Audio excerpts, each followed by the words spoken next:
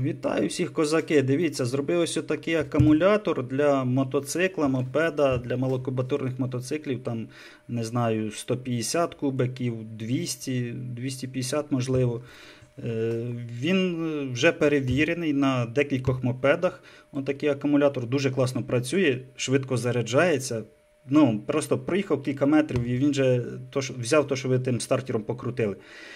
Одним словом, акумулятор бомба. Ну і відео, як я його робив, я вже зазняв, треба просто змонтувати. Тож підписуємося на канал. Ну і всім добра і мирного неба, як завжди.